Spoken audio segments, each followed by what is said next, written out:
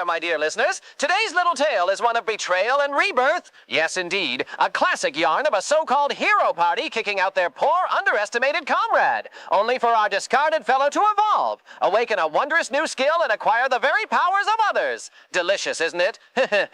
Now, let's begin the show.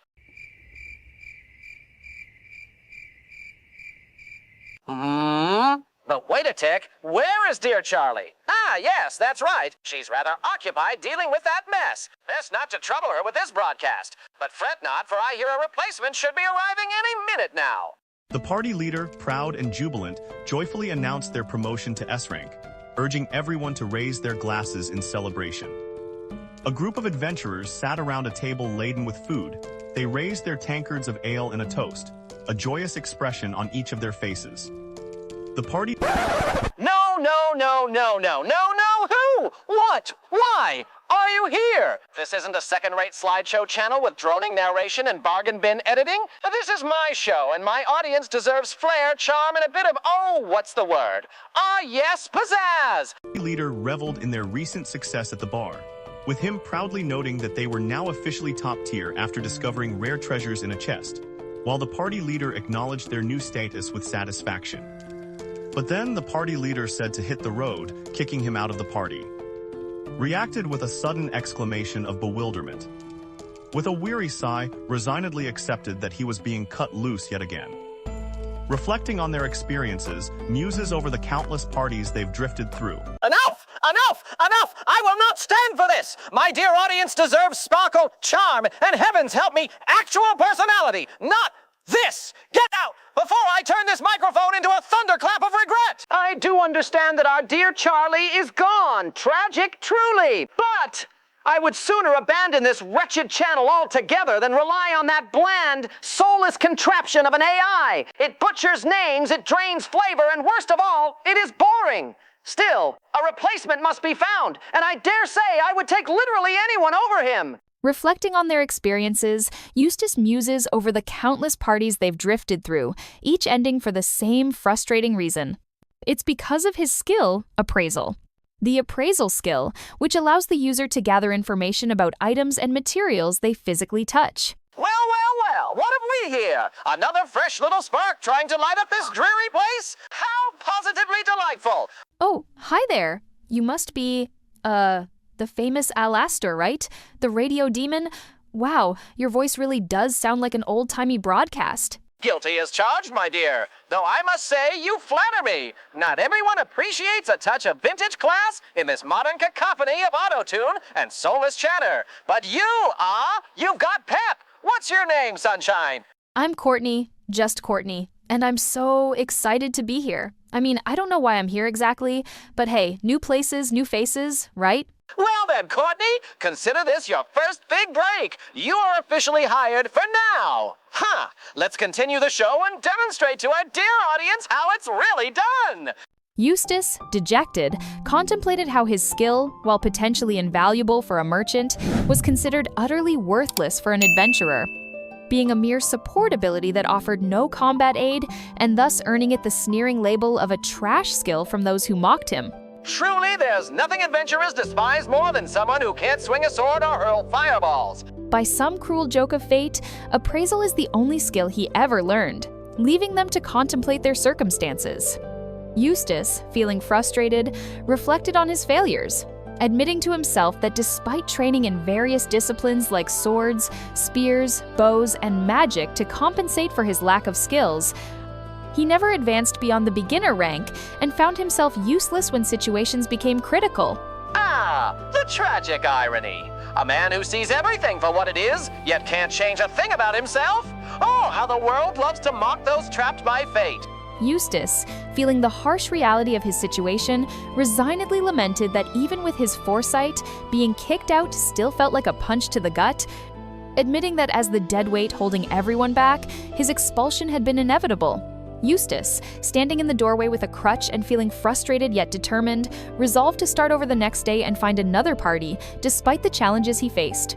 When Eustace entered the room, he stood wide-eyed and shocked as he discovered his room had been thoroughly ransacked. Oh, and here I thought being tossed aside was insult enough, but no! Fate decided to season his misery with scattered items everywhere. Isn't life wonderfully inventive? Eustace, visibly taken aback and shielding his eyes, was stunned as he reacted with shock to the unexpected situation.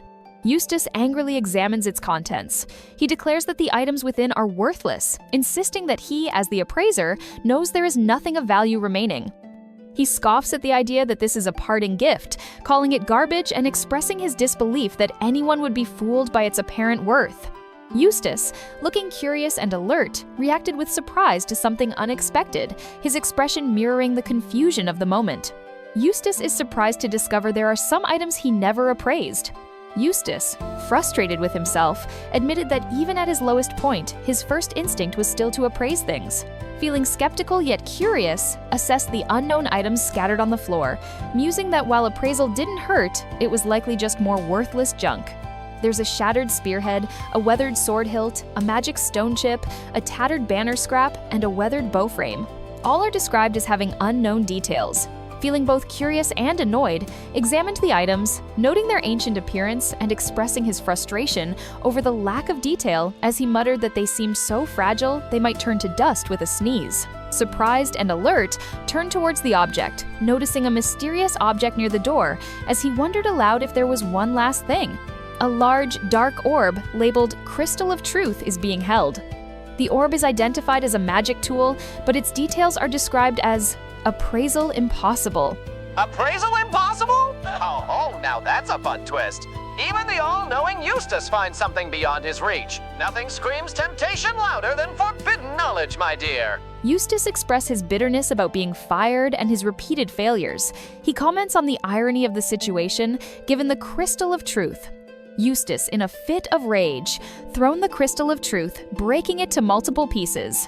Suddenly, darkness swept through the area, catching Eustace by surprise. And thus, dear viewer, we learn an important lesson.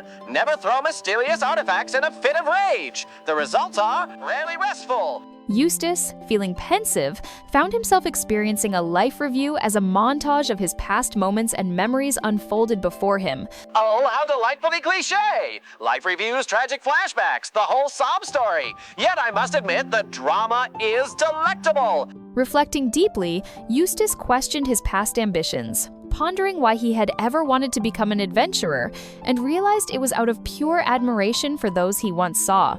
Eustace recounts a traumatic event from his past. When he was about 10 years old, monsters attacked his home village. When Eustace thought it was the end, a group of adventurers arrived, embodying the hope of heroes from a story. Eustace reflects on a recent experience, feeling as though his own personal narrative has finally started after a period of aimlessness and a lack of direction in life. He had previously felt like he was drifting without clear dreams or goals. And instead he became the party baggage handler. Tragic downgrade, wouldn't you say? Lost in reflection, Eustace pondered whether they were truly content with allowing their life to conclude in such a manner. Eustace clenched his fists, shouting "No!" With every ounce of defiance he had left, his face was filled with determination, refusing to give in. Then, the darkness faded away, and Eustace found himself standing in a breathtaking field of flowers. Eustace thinks to himself whether this is heaven. An unseen presence addresses him, calling him "my dear child," and denying that it is heaven.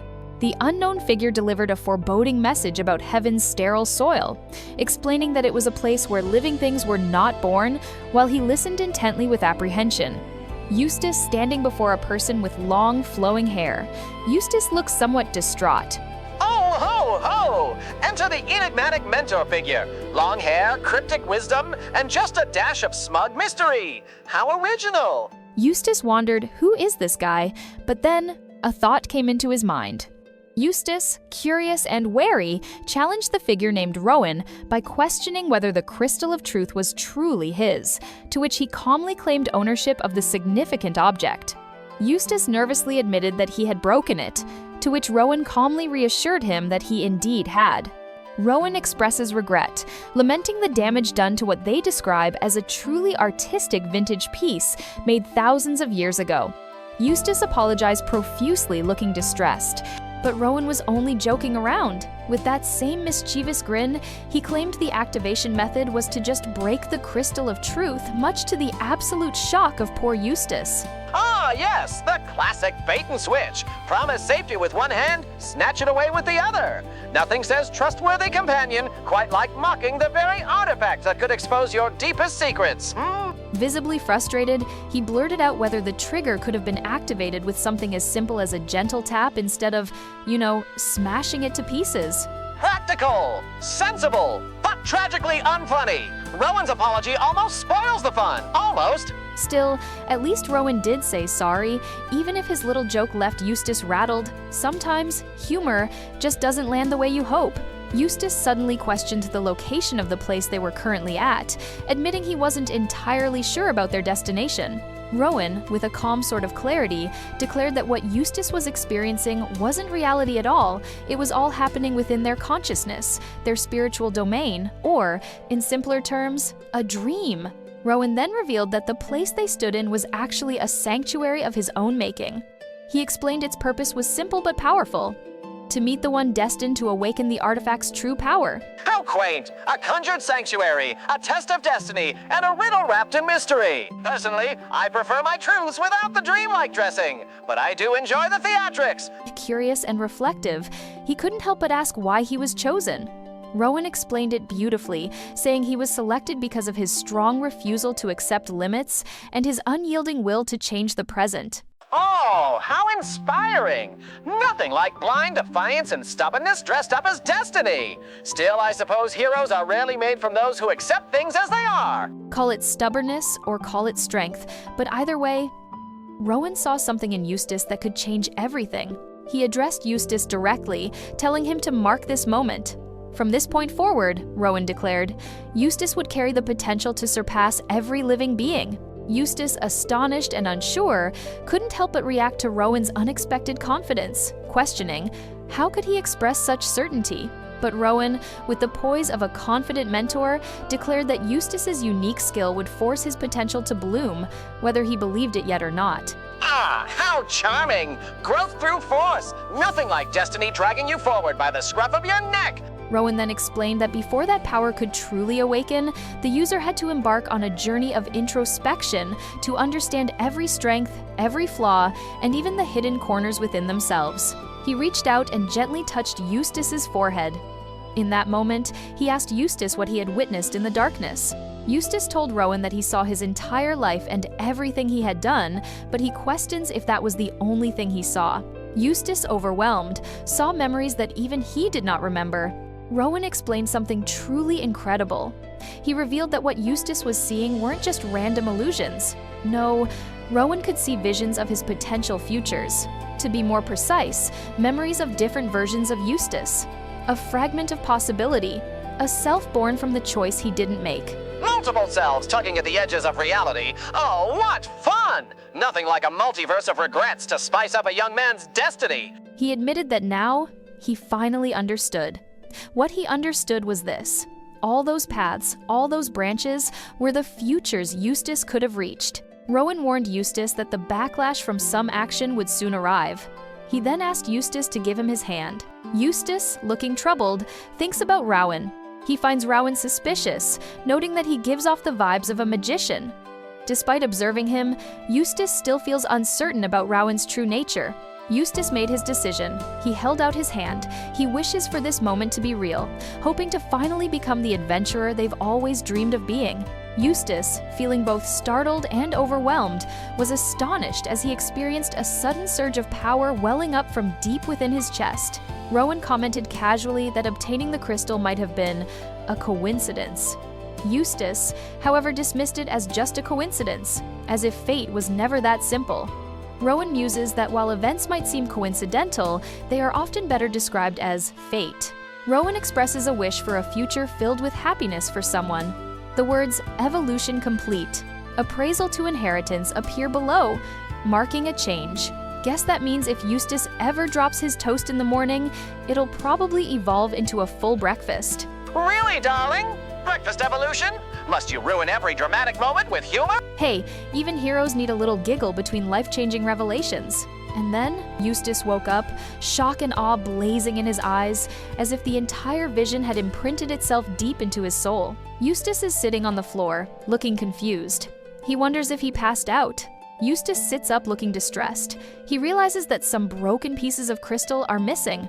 And then it hit him. What he had experienced wasn't a dream at all.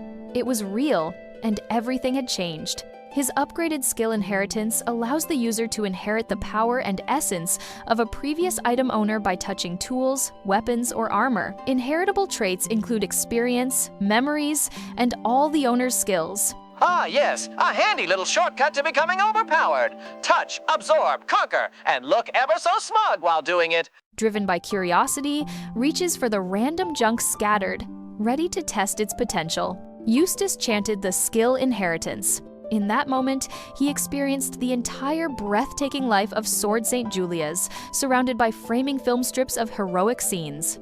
Eustace, tears streaming down his face, reflects on the previous owner's combat prowess and following skills now residing within him. From the very first breath she took to her final one, whether in battle or in peace, the character reflected on experiencing every triumph, failure, joy, and sorrow.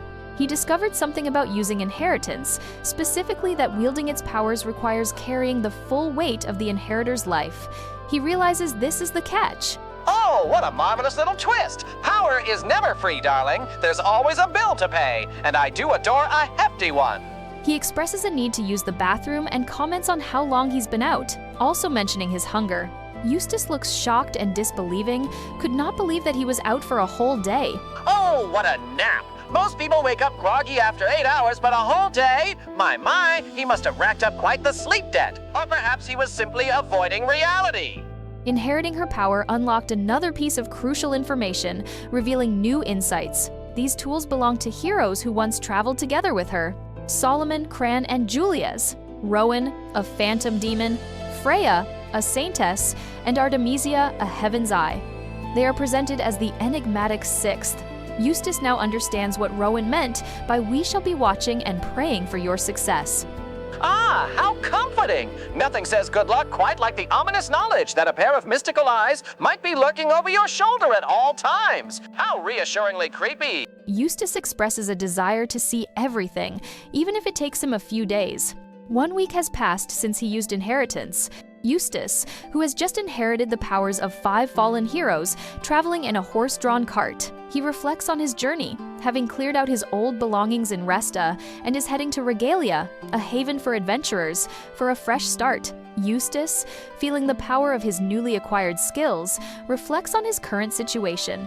Regalia, a haven for adventurers, is a perfect place for him to start from. Ah, Regalia! A bustling hub of opportunity, danger, and overpriced tavern food. Nothing screams new beginnings quite like being swindled by a bartender, eh? Alistair, you act like every story has to follow the same old harem formula. You know, the overpowered hero, the quirky childhood friend, the mysterious elf girl, the tsundere swordswoman, and the healer who falls for him instantly. Trust me, dear, you're still new to these tales, but I've seen enough of them to predict the pattern. Just watch! He'll stumble upon a group of pretty adventuresses about to be devoured by monsters. See? That's exactly what I mean. You think every tale has to follow the same checklist. Then it begins to rain. Eustace realizes this is bad timing and needs to move. Eustace worries that traveling in the rain increases his chances of a monster ambush. Suddenly, something goes wrong with the horse and carriage. Eustace is startled and asks what's wrong. In the distance, a large group of figures can be seen through the rain in the forest. Oh no, don't tell me. Yes, my dear, say it now. Embrace the inevitable truth. Ugh. A fierce battle unfolds in the forest as travelers desperately defend against a group of goblins. I told you so, my dear. I told you it would happen. And as always, I was perfectly right. Oh yes, congratulations, Alastair. You were right again. Can we move on now? Eustace sat in the rain, observing a large group of goblins approaching. He estimated their number to be between 20 and 30. He felt that even if he had tried to get help, it would have been too late to save whoever was being attacked. Despite this grim assessment, Eustace reflected on his past self, believing that his former self would have been incapable of doing anything in this situation. However, now he is different now. Eustace is resolved to save them from the goblins. The echoes of the heroes within Eustace surged through him, their combined experiences and instincts igniting a powerful resolve to save those in peril. Oh yes, a perfectly orchestrated moment of heroism, my dear. Nothing like a little recycled bravery to make one feel utterly competent, isn't it?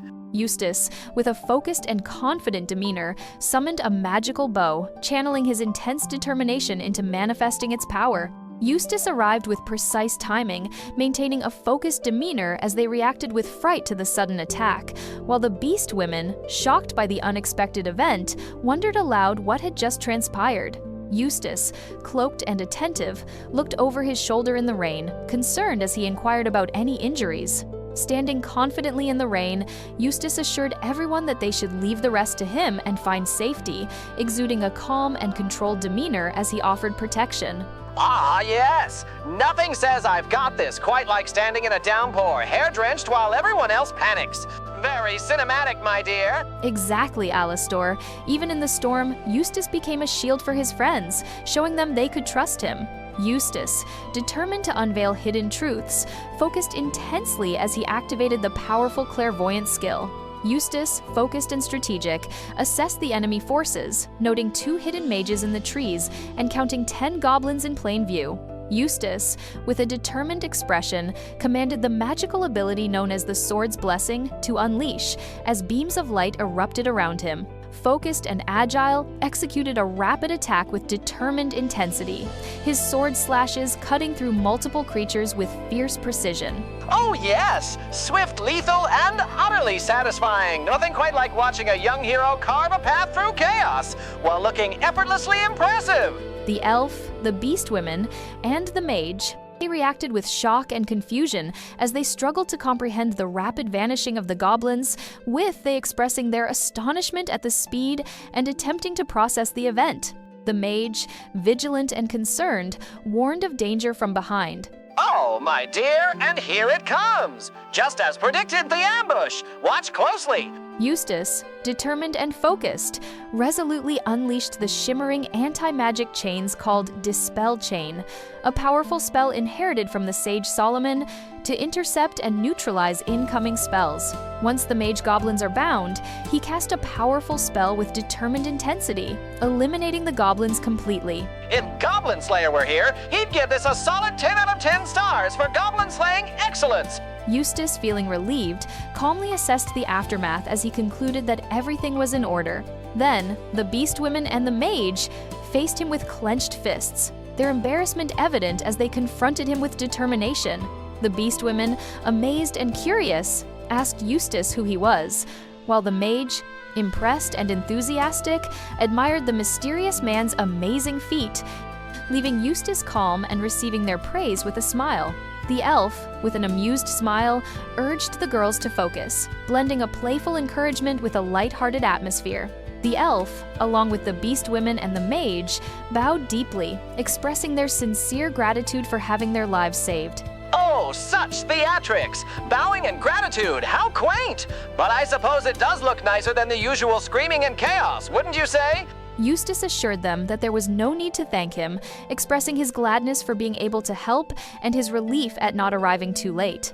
Elsewhere, Rowan watched with a satisfied smile. Fate, it seemed, was unfolding just as he had hoped. He noted with delight that Eustace was finally using his inherited abilities properly. Whispering softly, he commanded the spirits of fallen heroes to continue lending their strength, until the time comes, hinting at a plot that's about to unfold. As the scene shifts, we see Eustace traveling alongside 3 adventurers that he has saved, their destination, the grand city of Regalia. But along the way, the Catgirl recounts a moment they'll never forget when heavy logs suddenly tumbled down across their path. Before they could react, a swarm of goblins ambushed them, catching the party completely off guard. In the chaos, their horse was slain and the cart reduced to splinters.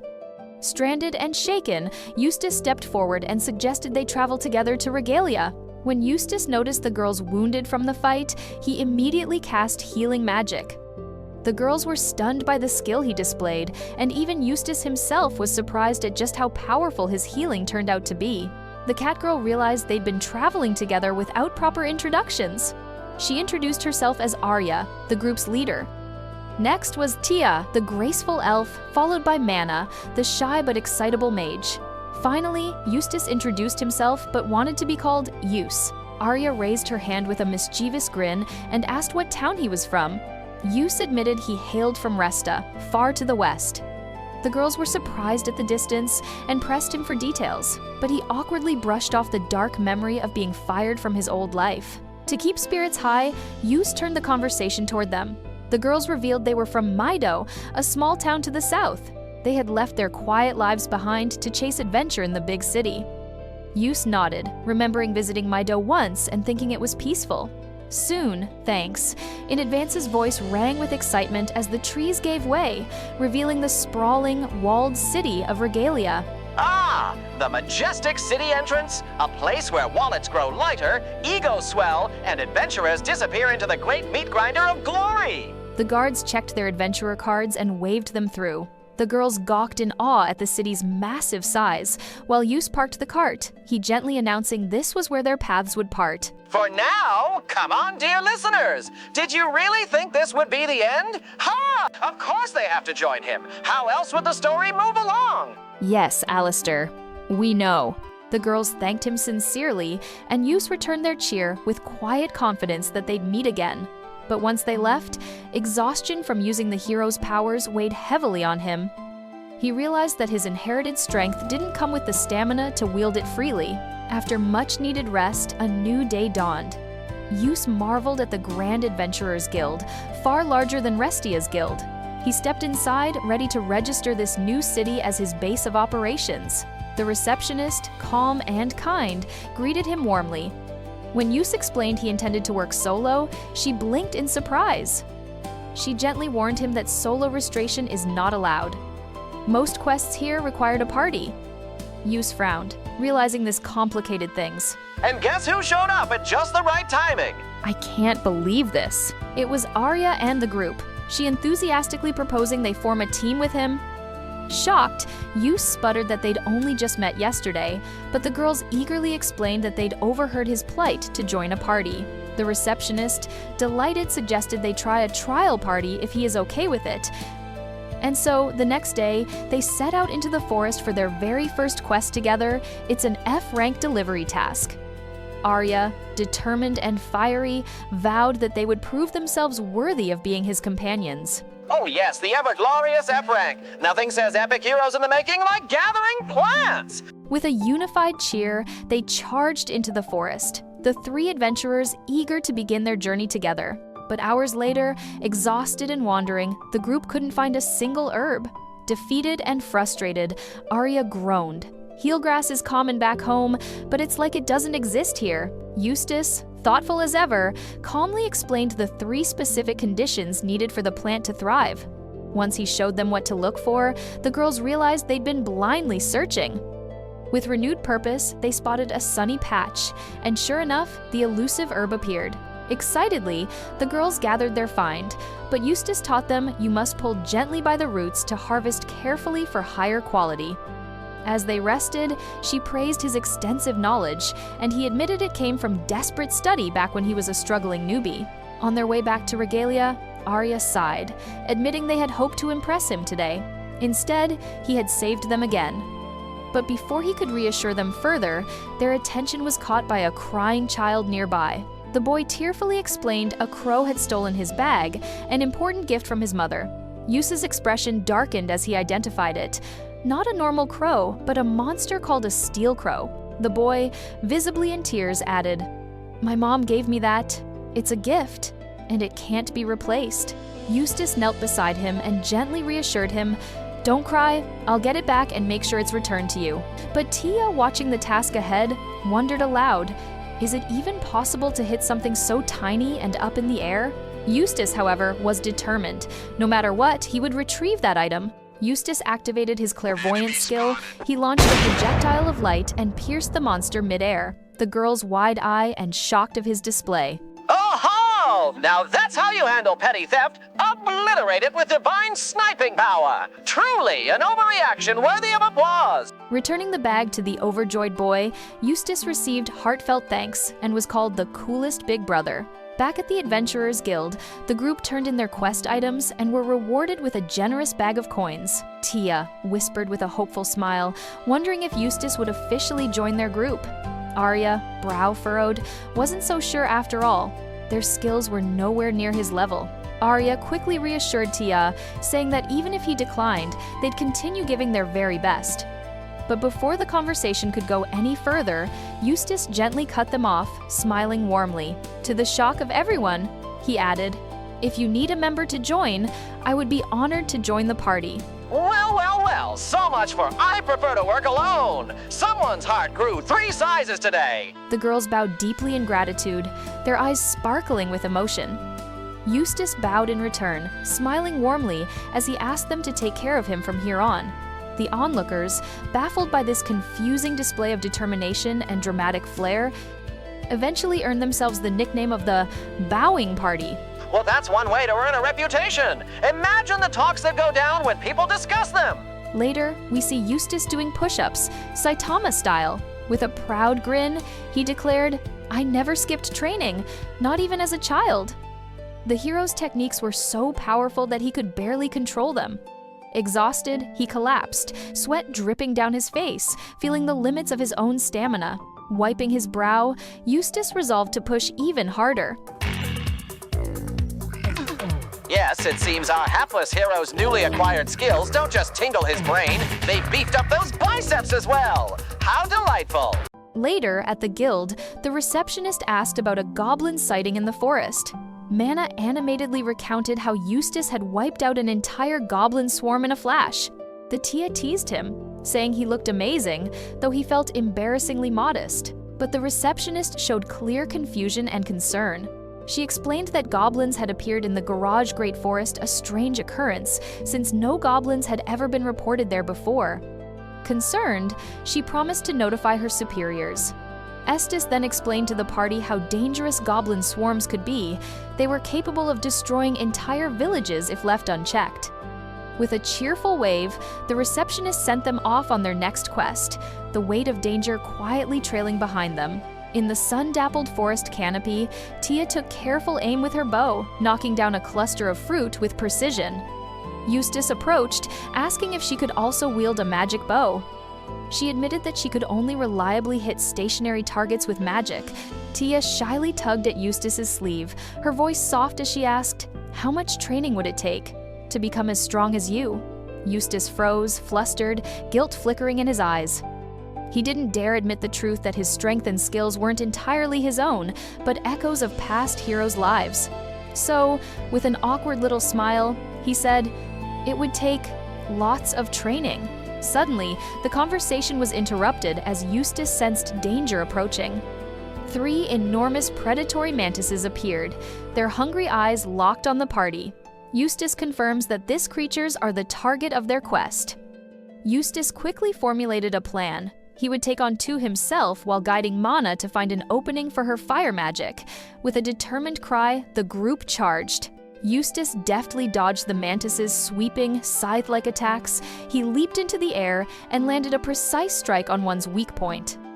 With sword blessings, he summoned a storm of magical blades, taking down the second mantis. Meanwhile, Arya stood her ground, parrying a deadly strike before shouting to the mage. With perfect timing, the mage conjured an ice wall, freezing the beast in place. And with a fierce war cry, Arya charged forward and delivered the finishing blow. After the fight, Eustace asked Mana why she hadn't used her fire magic. She admitted she was scared. She was afraid of setting the forest ablaze. Eustace praised her consideration, but felt it was a waste of her power. With a confident smile, Eustace offered to show them a demonstration of precise magic control just as 2 mantises crept closer. He unleashed a swirling flare burst, his hands guiding the spell with subtle, masterful movements. The firelight danced, twisting elegantly around trees and obstacles before crashing down on the mantises with flawless accuracy. The others were left shocked. Eustace's control was unbelievable, every flick of his wrist showing not just power, but precision. Eustace explained the philosophy of magic. It manifests one's imagination. A caster's personal vision truly governs how magic flows. He encouraged Mana, telling her that persistent effort could make dreams a magical reality. Her cheeks flushed as she quietly vowed to train harder and turn her imagination into reality. Ah, the power of inspiration! Suddenly the meek become mighty and the timid cast fireworks like seasoned pyromancers. How utterly predictable, yet entertaining. Later, the party celebrated another successfully completed mission in the bustling town square. Arya asked if Eustus would join them, but he smiled warmly, explaining he had something to handle alone. His companions waved goodbye, promising to meet again tomorrow. Under the starry night sky, Eustace made his way to the Grand Regalia Central Library, hoping to uncover the forgotten deeds of the heroes. He combed through shelf after shelf, page after page, but hours of searching revealed nothing. When he finally stepped out into the cool night air, Eustace carried only fragments of a clue. The heroes' records were gone, vanished. His heart sank, but his mind pieced together one chilling theory: the Cursed King. The very foe the heroes once fought, perhaps in his death, he erased their existence itself from the world. Oh, the mysteries of forgotten heroes and cursed kings! Nothing like a little existential dread to spice up a late-night library visit! Just then, Arya appeared, happily waving while holding a strange skewer of street food. Mana eagerly insisted Eustace try it, though. But well, it looked like one of those dishes that made you want to run in the opposite direction. Naturally, Eustace was grossed out. But before he could protest, Mana shoved the skewer right into his mouth. Well, looks like Eustace is dying of food poisoning today. Time to roll the credits. Except plot twist, it was actually delicious. His eyes lit up in shock as he chewed, and his companions laughed, proud of their successful little prank. The girls, excited by their prank's success, exclaimed that they were going to get more of the skewers, leaving poor Eustace and Mana alone together. As they walked side by side, Mana spoke up, her voice carrying a rare gentleness. She admitted that when she was little, she adored the kind of magic she read about in fairy tales. But then, she confessed that reality hadn't been so kind. It was hard, painful, and almost enough to make her give up entirely. And yet, watching Eustace today had changed everything for her. She said she finally understood what magic really was. With bright determination sparkling in her eyes, she declared that magic wasn't just power, it was something that made your heart race. Stretching her hand toward the glowing moon, she promised herself she'd work harder than ever. Her dream was to turn imagination into something real, something beautiful, through magic itself. Eustace couldn't help but smile warmly at her. He was so proud of her resolve, and quietly, in his own heart, he made a vow too that he would train harder as well. Because one day, he wanted to stand tall before the heroes he carried inside his soul. But then, oh no, the mood shifted sharply. Deep within a dark, twisted forest, something began to stir. The undergrowth shook, and an ominous sound echoed through the trees. Goblins skulked in the shadows, surrounding a skeletal creature. Its raspy voice growled that it would soon be ready. Right beside it, one goblin with glowing eyes hissed in agreement, whispering for patience with an unsettling delight. During a lively tavern meal, Eustace let out a cry of pure shock when Arya revealed she was only 15 years old. The news left him flabbergasted. Oh, our hero is gallivanting with a 15-year-old adventurer? Someone quick! Call the FBI, Child Protective Services, and maybe a few bard guilds while you're at it. The scandal alone could fuel a trilogy. Though the party shared a warm sense of how easily they completed quests, making the town feel like a cozy home away from home. Tia teased Eustace, pointing out that he didn't look much older himself. Sheepishly, he admitted that he was actually 25, stunning the girls and prompting playful remarks about his baby face. Eustace quietly reflected on how close they had all become. Just as he was about to ask about their next quest, the cheerful moment was abruptly interrupted by a frantic guild staffer bursting into the tavern. The announcement was urgent. The city of Resta was calling for help. Other adventurers quickly realized the plea was serious, a rare, desperate cry from an overwhelmed city. A guild official, panicked by the unbelievable numbers reported, 50,000 goblins were advancing on Resta. Eustace was frozen in shock, struggling to process the impossible scale of the threat. The receptionist, recognizing their earlier encounter with goblins, calmly suggested that their sighting had been only the first sign of the looming catastrophe. Her voice lowered as she added a chilling detail: a goblin lord was leading the massive army. Eustace realized that the Lord's command explained how such an enormous force had formed, and that Resta's defenses stood little chance against it. She clarified gently that participation was voluntary and that adventurers should choose quests suited to their rank. Arya interpreted this as a polite "stay out of it." Eustace acknowledged that their F-rank party would only be a burden. Though frustrated, the girls reluctantly accepted that they lacked the strength to help. Tia approached him with concern, but Eustace quickly cut her off, insisting that everything was fine, though worry lingered in his expression. The party agreed to return to their inn for the night, planning to meet the next day. Tia apologized for her sudden departure, waving goodbye with her friends. Watching her leave, Eustace felt a pang of guilt, realizing that he had made her worry. Alone before the request board, he overheard conversations about the massive mobilization and reflected on Tia's unasked question. He admitted to himself that he wouldn't have known how to answer her directly. For a brief moment, he considered taking the monumental quest alone, but he couldn't abandon the young companions he had grown to care for. He understood that doing nothing would result in bloodshed, and with a quiet resolve, he decided to use his strength to save lives and honor the hero's legacy. The next day, the party gathered in the Grand Adventurers Guild Hall. Eustace sat across from his companions and calmly announced his intention to take the quest to defend Resta. However, he told the three girls that they must remain behind, apologizing sincerely. Tia's gaze was not filled with anger, but gentle, questioning understanding. The girls confessed they had anticipated his decision, knowing he would feel compelled to act. Arya met his eyes, a mixture of faith and deep concern, reflecting in her expression. Together, they told him they believed in him, but pleaded for his safe return, their worry evident. Eustus reassured them with a promise before setting out with the rescue team. The scene shifted to Resta, the day before the invasion. Citizens and adventurers hurriedly erected crude, spiked barricades to prepare for the goblin horde. From above, someone muttered curses under their breath at the dire situation. Inside a tavern, Rhys slammed his fist onto a table in frustration, declaring that fighting 50,000 goblins was impossible.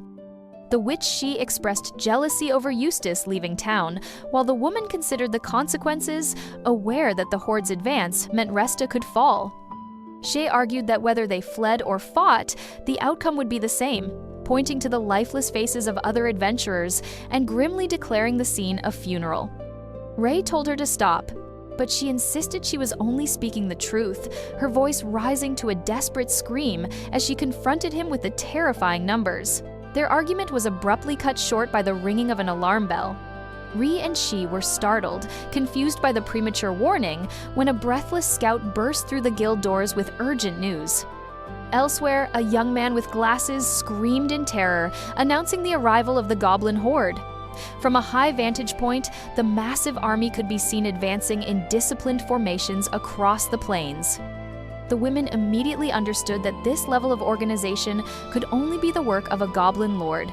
The Observer reported that only a handful of reinforcements had actually arrived. Ray's face twisted in frustration at the grim odds, but he quickly took command, ordering high-rank parties to lead the front while low ranks handled stragglers. She cynically noted that their high-rank status had only recently been achieved. With a final determined roar, Ray commanded the advance. Both he and Shay charged into the chaos, urging comrades to push the goblins back. The battlefield erupted into a violent clash of steel, magic, and chaos. Mages cast powerful spells, their circles glowing with energy. Gordon complained about the endless numbers, and Ray reminded him grimly that there were 50,000 goblins. But then a goblin sneaked behind Gordon, injuring him. Shay screamed in horror, and a massive wall of jagged ice suddenly erupted from the ground, forming a temporary barrier between the adventurers and the horde. She casted an ancient healing spell over the injured Gordon and sternly instructed Shade to focus, while the recovering Gordon offered a weak thank you. The adventurers regrouped behind the shimmering ice wall. Suddenly, fine cracks began spreading rapidly across the barrier, culminating in an explosive crash as the ice shattered into countless shards. She stared in disbelief as monstrous hobgoblins emerged through the breach, towering over the small party. Ray expressed alarm at this new threat, while she urged retreat, but they were completely surrounded. Back to back, the adventurers faced the crushing reality of overwhelming odds. Just as a hobgoblin raised its club, a devastating volley of countless swords rained down upon the horde, saving them from certain death.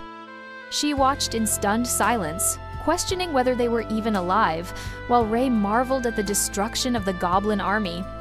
Amidst the carnage, he noticed a lone figure standing in the midst of the devastation.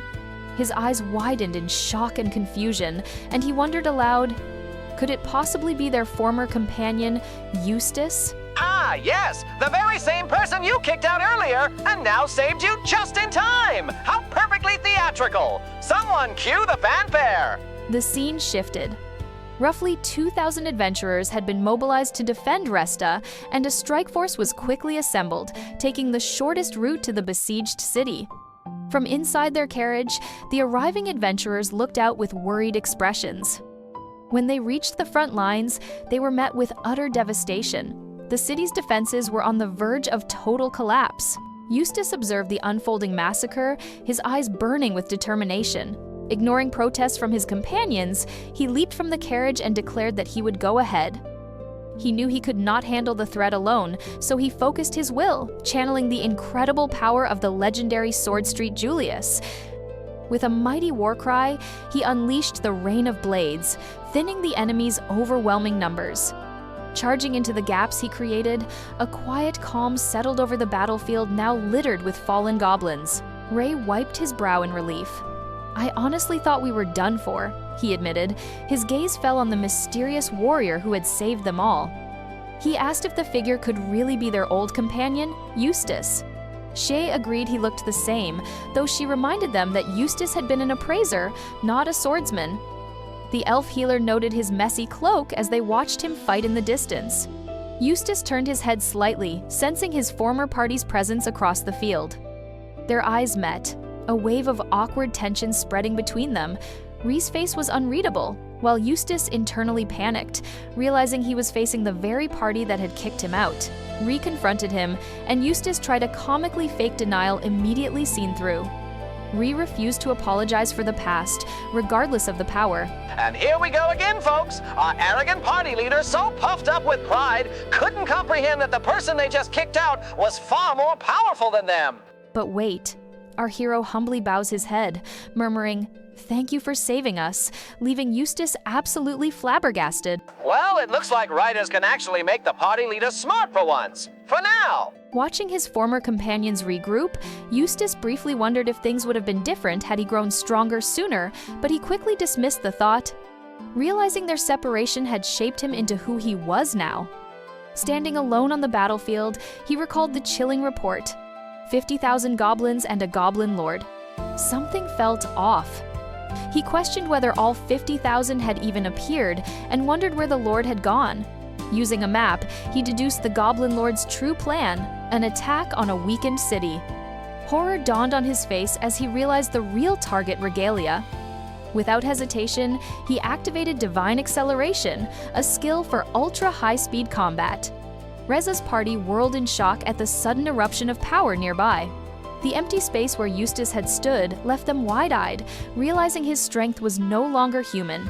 He felt every cell in his body strain under the skill's immense power, knowing it could tear him apart. But he pushed forward anyway, thinking of his friends in Regalia, who trusted him to return safely. Eustace pushed past his limits, focusing on speed. Memories of Cran flashed through his mind, lamenting his inability to save his beloved Sylvia. Visions of the legendary meteor Kron in a peaceful garden, Sylvia's playful admiration for his speed, and finally, the tragic moment when demons massacred his kingdom. He remembered holding Sylvia's lifeless body, vowing never to lose someone dear again. A divine prophecy had given him a new purpose, to fight for his comrades. Walking through the royal capital, he was startled by a woman who bore a striking resemblance to his lost love. She introduced herself as Archmage Lurai, shattering the last of his hope that Sylvia had returned. Accepting the painful reality, he embraced his role as Kron, the spear soldier, and joined his new companions on their perilous journey across the land. The vision ended abruptly. Eustace gasped, returning to his own body in the great forest of Gato. Disoriented but determined, he raced toward Regalia for his friends. Suddenly, his senses screamed danger ahead. A look of absolute horror spread across his face. The city of Regalia was engulfed in smoke and flames from a devastating attack. And this, my dear listeners, is exactly why you should never underestimate goblins. Has Goblin Slayer taught anyone nothing? Back in Regalia, the city streets were eerily quiet, almost completely deserted. Eustace's companions felt the strange emptiness pressing down around them. Mana reflected that 2 days had passed since Eustace departed for Resta, and Arya insisted that simply waiting around would accomplish nothing. Rallying her friends, she urged them to take on another quest while the stronger adventurers were away. With renewed determination, the three girls cheered, ready to give it their all. Suddenly, a terrifying sound ripped through the air, halting them in their tracks. A city guard screamed in terror, announcing that a goblin swarm was invading. Wide-eyed shock spread across the girls' faces as panic erupted among the citizens, who wondered why the attack was happening in Regalia rather than Resta. The goblins had emerged from the forest without warning, swarming the walls and filling the streets with chaos. Mana urged caution, noting that only low-rank adventurers remained and they would be overwhelmed. Arya quickly devised a plan to evacuate the townspeople to a defensible location, while she and Thanks in advance shouted orders, directing civilians and organizing the remaining adventurers. From a high vantage point, the sheer number of goblins was horrifying. Thanks in advance admitted their weakness, realizing they had relied too heavily on Eustace's strength. Arya insisted that, even without him, they must act. Mana declared that while they were not strong, they could still buy time, vowing to fight until Eustace arrived. The girls shared a silent, resolute understanding. Memories of trust and reliance on Eustace turned into absolute certainty. The three stood together, expressions a mixture of fear and determination. Arya stated with conviction that a man like Eustace would notice the crisis. Thanks in advance added that he would surely rush to their aid. Mana shouted that until that moment came, they would protect the town with all their strength.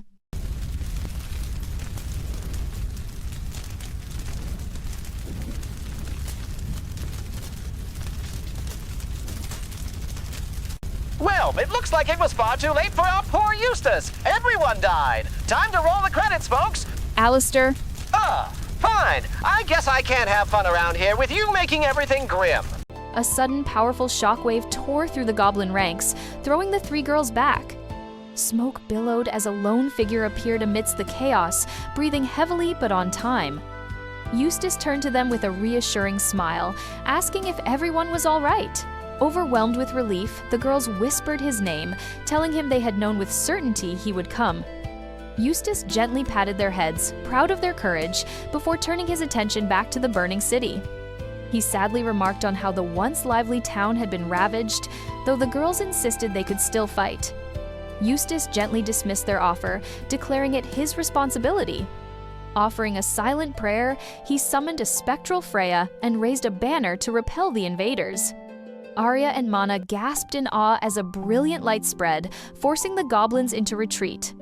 The shimmering dome expanded to envelop the entire city, a barrier to keep weaker goblins at bay.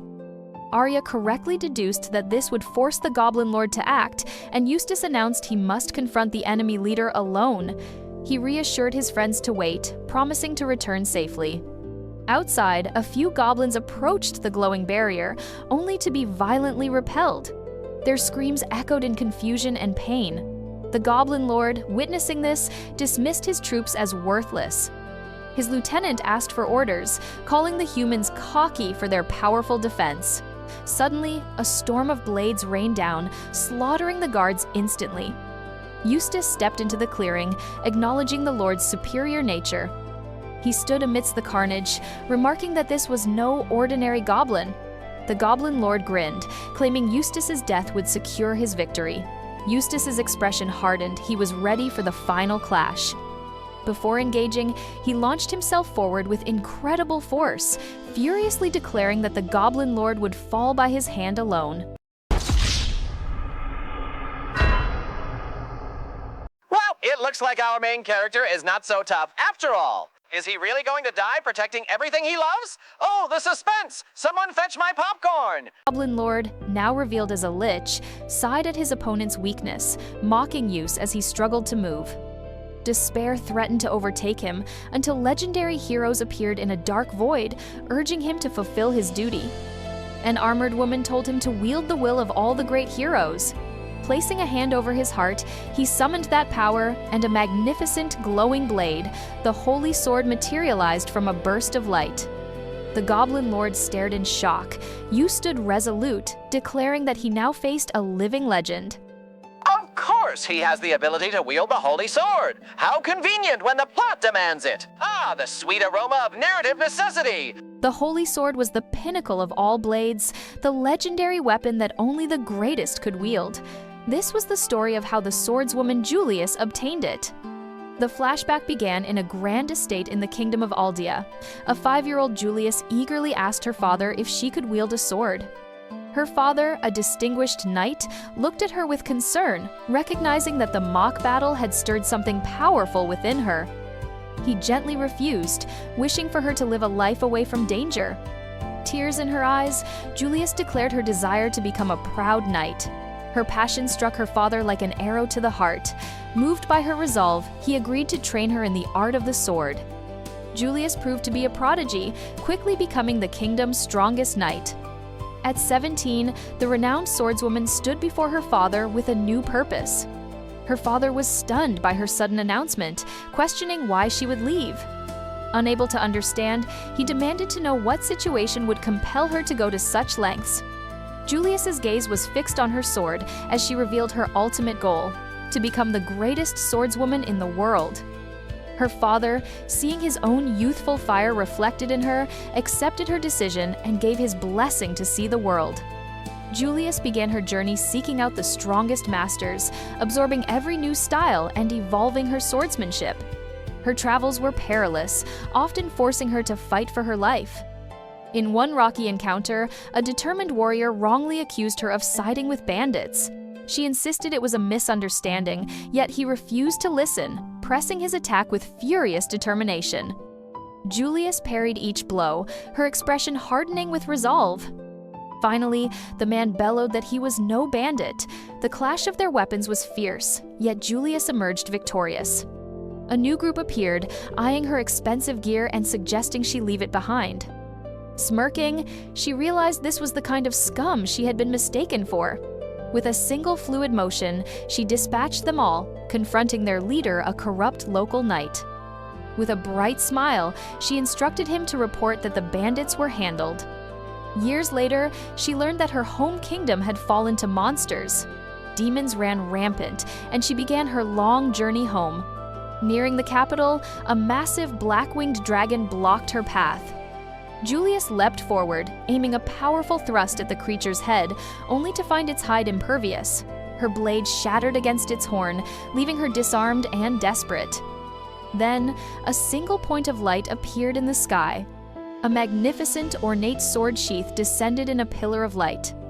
Staring in stunned silence, Julius felt a wave of energy wash over her as she was chosen by the sheath. In that moment, profound understanding dawned. She had finally earned the right to wield the legendary weapon. A divine voice pleaded with her to use the sword and save the world. She swung the blade, carving a path of hope through darkness. Back in the present, Eustace unleashed an identical cataclysmic strike. The Goblin Lord was violently bisected, its life extinguished in an instant. Its dying thoughts screamed in disbelief at being defeated by a mere human. Eustace calmly observed the holy sword's power to slay even a dragon. The Lord, he declared, was defeated by the strongest blade in mankind's history. The remaining goblins panicked, breaking ranks and fleeing in terror. Standing alone, he whispered, "It's over," as his body finally gave way, sinking into a silent, watery abyss. A single white petal drifted down into the darkness, creating soft, expanding ripples. Eustace awoke in a vast, sun-drenched field filled with drifting flower petals. Eustace admitted he had sensed him. Rowan explained that his consciousness had merged with Eustace's, enabling this meeting. Sitting beside him, Rowan noted Eustace's exhaustion, which he confirmed with a weary smile. Rowan warned of an even greater presence yet to come. Eustace's eyes widened as he questioned if another lord was approaching. A knowing smile appeared on Rowan's face, confirming his fears. The Goblin Lord, he explained, had been merely the beginning of the world's unraveling. Eustace understood that this path had been chosen by himself, not imposed upon him. The two heroes stood together, silently acknowledging their shared destiny. Rowan laughed, amused that they were thinking the exact same thing, and offered a final push of support. Eustace thanked him sincerely, ready to carry the strength of all heroes into the battles ahead. Suddenly, he was jolted back to reality by the terrified screams of his friends. His eyes fluttered open, groggy but alive, managing a faint sound of acknowledgement. The girls cried out in overwhelming relief. Eustace recalled passing out after the intense battle and sincerely apologized for causing them worry. Under the stars, he reassured his sleeping companions he was here, and now they could rest safely.